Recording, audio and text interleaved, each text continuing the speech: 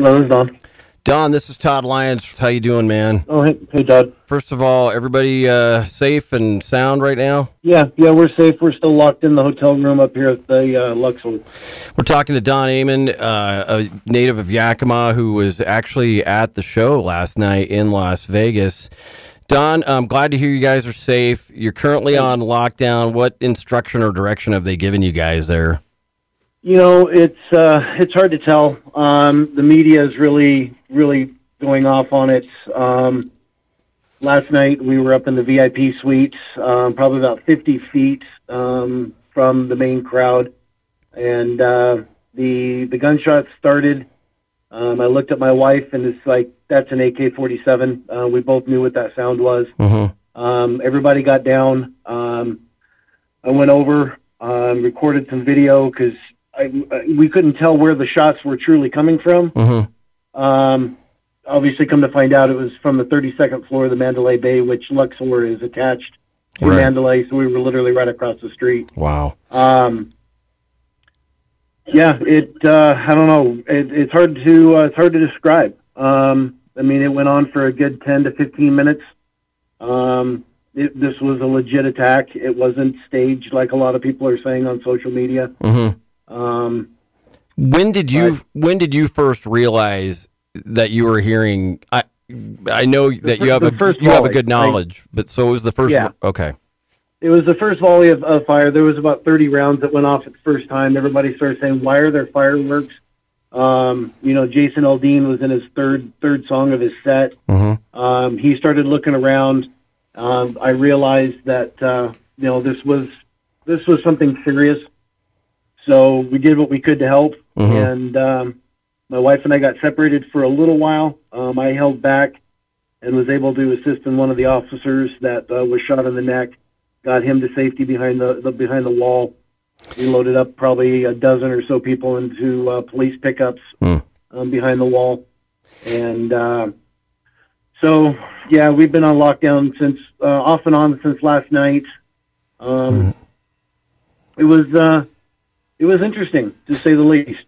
Like you said, and you've been kind enough to allow us to publish some of the video that you took personally, and in the one that I have seen so far, we can overhear, I'm assuming it's you or somebody near you that's saying... Yeah, I saw the officer get shot, and that's when I made that comment. Okay. And so I shut the video off, and that's when I went down, and I was literally, one or two Connex boxes away from the officer.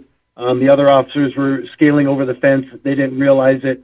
And we went in and grabbed him and drug him back around the wall to get him to safety. From your perspective, from where you and your wife were at, how quickly did you and how quickly did the crowd and the law enforcement officers were able to recognize from where they're coming? Because it looks like such a chaotic scene that people didn't know exactly where the shots were being fired from. They didn't know where the shots were coming from. In fact, none of us did, and that's when I was shooting the video. I was having a conversation with another person that we met there at the festival, trying to figure out where it was coming from, because to me it sounded like it was coming from ground level. Oh, wow. And that's when I saw the officer get shot, and when everybody was jumping over the cement wall, because along the boulevard there's probably a 4.5, 5 foot concrete wall sort of to protect people from the road. Right. And so, but I guess to answer your question, nobody really knew. In fact, they didn't even really know until probably ran about 11:30, 12 o'clock last night. You know, it was a lone gunman. You know, I'm not going to really go into what the media is saying down here, but. So it was a good 2 hours after the incident first started before people even kind of figured out where. The police department, I was listening to our scanner, because I've got a scanner on our phone. They were literally still letting people cross, not people physically, they were driving down the street. Right. Unbeknownst to them, the gunman was right above them, across that street. Yeah. Unbelievable. Yeah. But I think everybody realized what was going on when Jason and the band exited the stage, and post haste, obviously. Right. But based on where we were at, we were just to the right of the stage. We were probably about 50 yards from the stage in the VIP area there under the tent.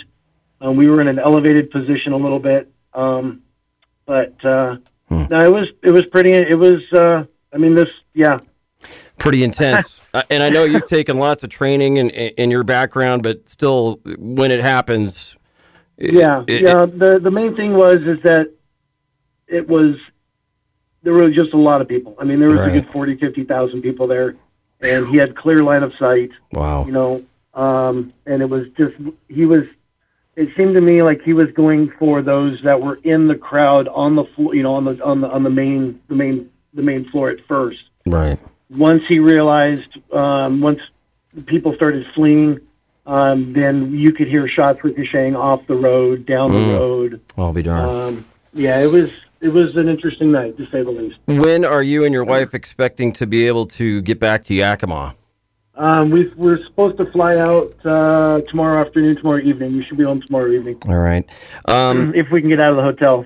SWAT right now, we went out to go get a cup of coffee this morning, and SWAT is now clearing the Luxor, and that's where we're at right now, up on the 5th floor. You attend lots of events, concerts, and things of this nature. Is this going to change how you feel about that, attending these types of things, or not? My wife, yes. Me, I enjoy the music festivals. I enjoy this. Would it deter me? No. Did I feel absolutely naked because I wasn't being able to carry my own firearm and have a way to protect myself in that event? Yeah, that's what bothers me. Mm-hmm. This is a tragedy. There's no doubt in my mind. This is an absolute tragedy. Right. This is a one-person deal. Media's spinning it. But I don't think it'll deter us. At least I hope not. Right. But I think it'll be a while before. I've never been a fan of large groups to begin with, so this is sort of beyond my comfort zone. Right. Well, Don, thanks again for taking some time. I'm glad to hear that you and your wife are okay. I'm sure you're still pretty shook up. Probably hard to process it all, even 12 hours later. That's not a very long time, but I'm glad to hear you're safe, and get home safe, man, and we'll talk to you when you get back to Yakima. Okay, thanks, Todd. I appreciate it.